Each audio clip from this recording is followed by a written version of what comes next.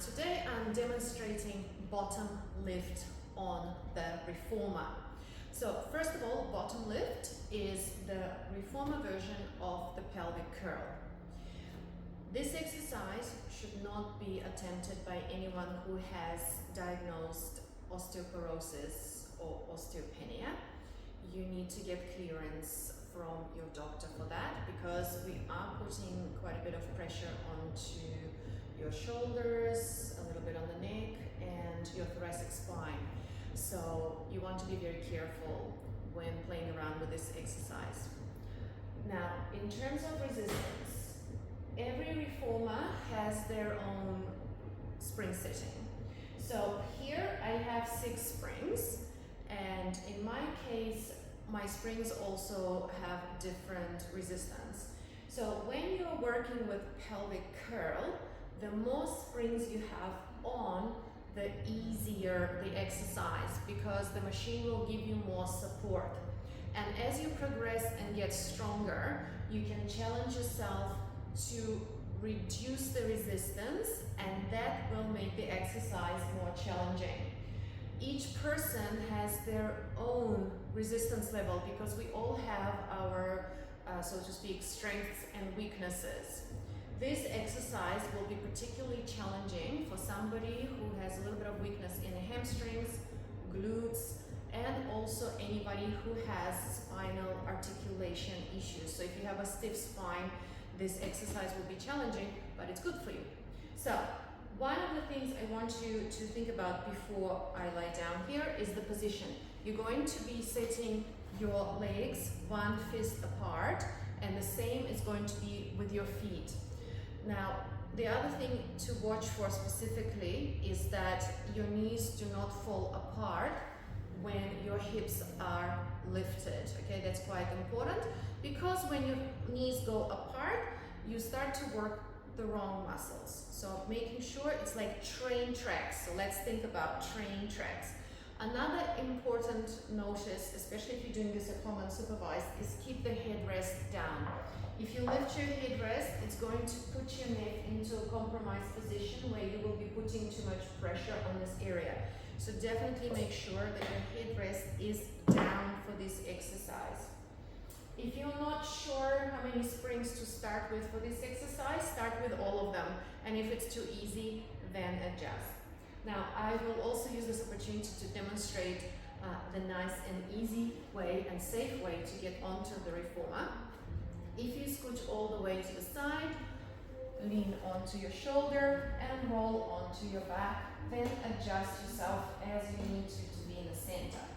You want to have some contact with the shoulder rests, but not so much that you are squashed in. Now, I will lift my head out to check the setup of the feet. I've been to different schools that teach this exercise differently, and I really like the style that we learned in Bassi when I did Bassi style, and it is with toes on top and heels down. It challenges the legs so much more than this position here, okay?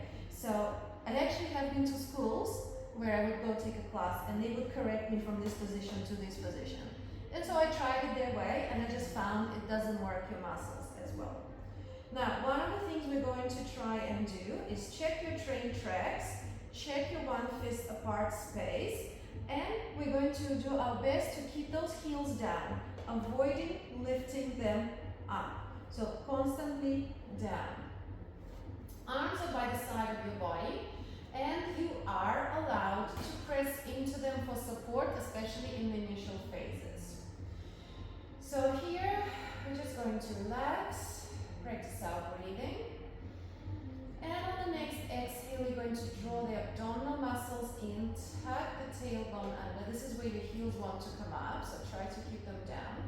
And articulate your hips up to your best position. If you feel like you're going to cramp, don't go all the way up, so I will show you in a minute. In your best position, inhale, you should be able to see the tops of your knees, and exhale, articulating down. Rolling through the spine, one vertebrae at a time, until your pelvis nice and neutral. Okay, so let's talk a little bit of detail. First of all, the hamstring cramp. This is very common. So usually it gives you a little warning. So if you're one of the people who gets a little bit of a cramp, start with a very low option, just here. Inhale, and as you exhale, roll down. This is going to prepare you to eventually go higher. Another modification for cramps in the hamstrings is having more resistance, because one of the things that causes the hamstrings to cramp is that if you're flying off, if your carriage is moving, and your hamstrings are over-contracting trying to keep the carriage in, that's when you are at risk of a cramp, and so you might need more resistance for now. Correction of the next little issue that happens here is this: the knees have gone open. It is very easy to do this, and it's very comfortable, but you're not working the hamstrings as much, the bum gets a little bit relaxed, so the glutes are not really working either as much.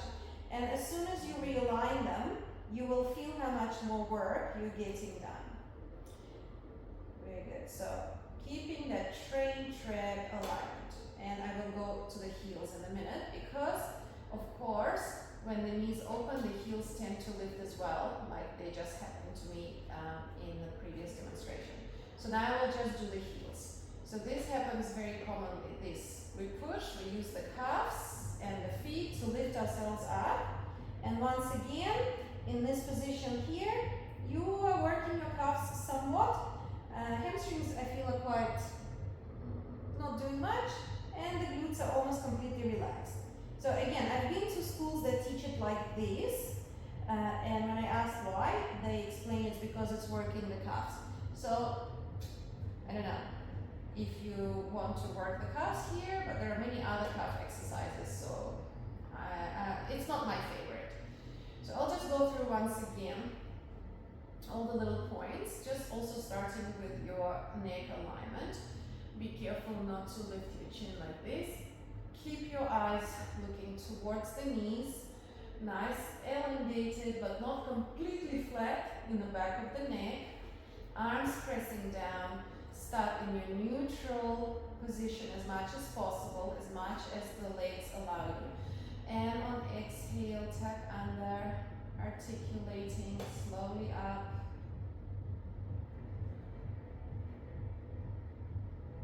Keep an eye on those thighs, keeping them aligned like tracks. Heels pressing down, abdominals engaged, ribs sliding in. Inhale and exhale, coming down from your ribs. One vertebrae at a time. Rolling out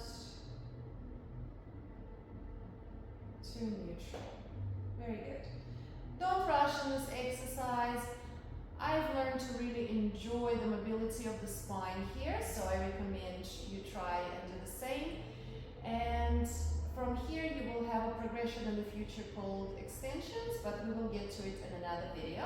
And I will demonstrate a nice, safe way to come up, roll to the side, bring the feet down, press.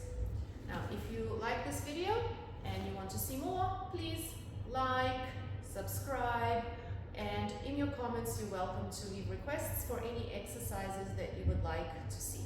Thank you, and see you next time.